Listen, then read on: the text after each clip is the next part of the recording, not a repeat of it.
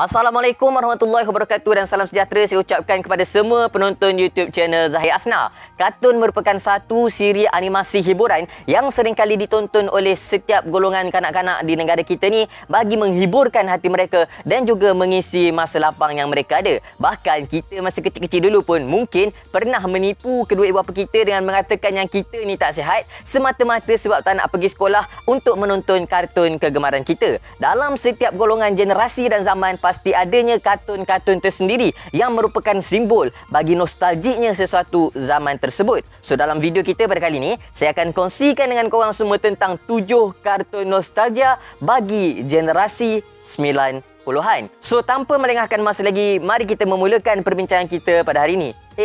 Tapi sebelum tu, kepada korang yang tak subscribe lagi, jangan lupa untuk menekan butang subscribe di bawah sebagai tanda sokongan korang kepada YouTube channel Zahir Asna. Dan jangan lupa untuk tekan sekali bell notification button tu supaya korang tak ketinggalan video-video yang akan dihasilkan oleh YouTube channel Zahir Asna. Okey, dah subscribe? Jom kita mula.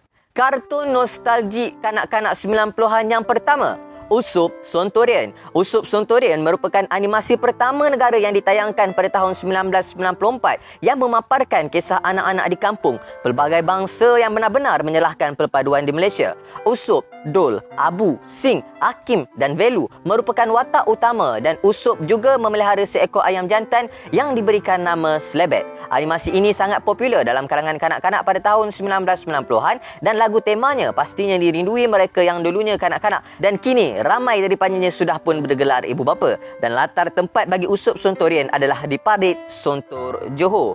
Nombor 2, Anak-anak Sidik. Anak-anak Sidik merupakan antara animasi paling popular berkisahkan kehidupan keluarga legenda badminton negara. Keluarga Sidik yang berjaya menghasilkan jaguh dunia dan menggegarkan arena badminton negara. Asalnya, ia merupakan sebuah komik sebelum dianimasikan dan ternyata usaha itu membuahkan hasil. Sehingga ke hari ini, orang masih bercakap mengenai kartun Anak-anak Sidik. Nama Bun, Ajib, Alan, Aman dan Abdul pastinya akan terus diingati, terutamanya kelatah Bun yang seringkali mencari helah untuk ponting latihan. Apabila siri animasi ini popular pada waktu itu, ramai rakyat Malaysia aktif bermain badminton dan tidak kurang juga bercita-cita mahu menjadi pemain kebangsaan satu hari nanti. Dan antara benda yang menarik tentang cerita anak-anak Sidik ini adalah kalau kita perasan, seluruh cerita anak-anak Sidik ini adalah cerita yang disampaikan oleh raket badminton, bulu tangkis, kort badminton dan juga kerusi Empire.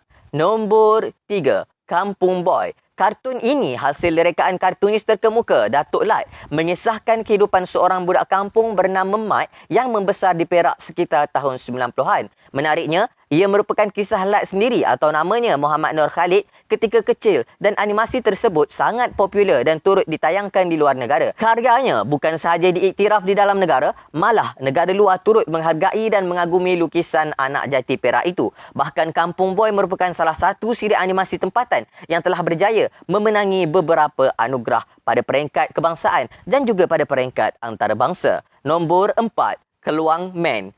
Dia bagai seorang pahlawan menjadi pembela pada yang tiada upaya. Pastinya lagu ini terngiang-ngiang di kepala otak kita bila kita menyebutkan tentang Keluang Man. Kalau negara luar berbangga dengan adiwira mereka seperti Spiderman ataupun Batman, Malaysia juga boleh berbangga dengan Keluang Man, superhero terawal Malaysia yang menjadi bualan suatu ketika dahulu. Watak Keluang Man merupakan seorang gila di hospital Tampoi dan ketika membanteras jenayah, lelaki itu akan dibantu rakannya iaitu Tio Man. Mereka hanya keluar pada waktu malam dengan meloloskan diri dari hospital untuk membantu menumpaskan jenayah di kawasan berhampiran. Pada asalnya, watak Keluang Man ini sebenarnya telah pun mati ditembak oleh sindiket jahat. Namun, secara kebetulan, Borhan telah pun menjumpai sut Keluang Man tersebut. Dan sejak daripada itulah, Borhan telah pun membawa watak sebagai Keluang Man yang merupakan hero bagi mereka pada waktu malam untuk membenteras jenayah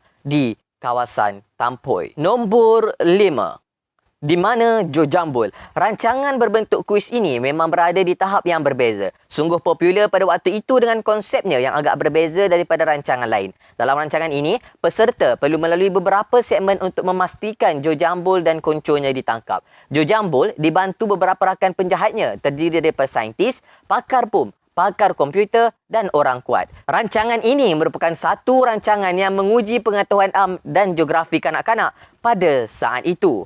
Nombor 6, Silat Legenda.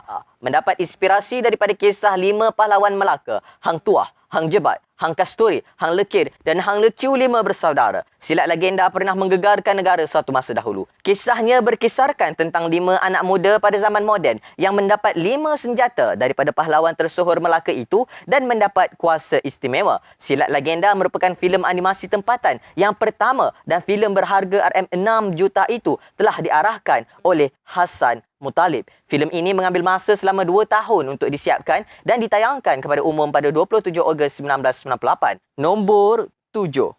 Hikayat Sang Kancil. Animasi ini adalah animasi pendek yang pertama di Malaysia yang mula ditayangkan pada tahun 1980-an. Ia merupakan animasi berbentuk pengajaran yang dihasilkan oleh Perbadanan Kemajuan Filem Nasional Malaysia, FINAS, yang kerap kali ditayangkan di televisyen. Mungkin tidak sepopular yang lain, namun pastinya kanak-kanak pada tahun tersebut pernah melihat kartun ini dan masih ingat pengajaran yang disampaikan dalam animasi pendek tersebut. Jadi, itulah 7 kartun tempatan yang nostalgik bagi kanak-kanak era 90-an. Kalau korang ada pendapat-pendapat yang lain, boleh je drop dekat ruangan komen di bawah kartun apa yang saya tak masukkan dalam video kita pada kali ini. Dan saya minta maaf atas segala kekurangan dan kesilapan dalam penyampaian dalam video kita pada kali ini. Terima kasih kepada korang yang sudi menonton sehingga ke akhir video. Bertemu lagi dalam video akan datang. Akhir kalam dari saya, tiada Tuhan selain Allah. Assalamualaikum warahmatullahi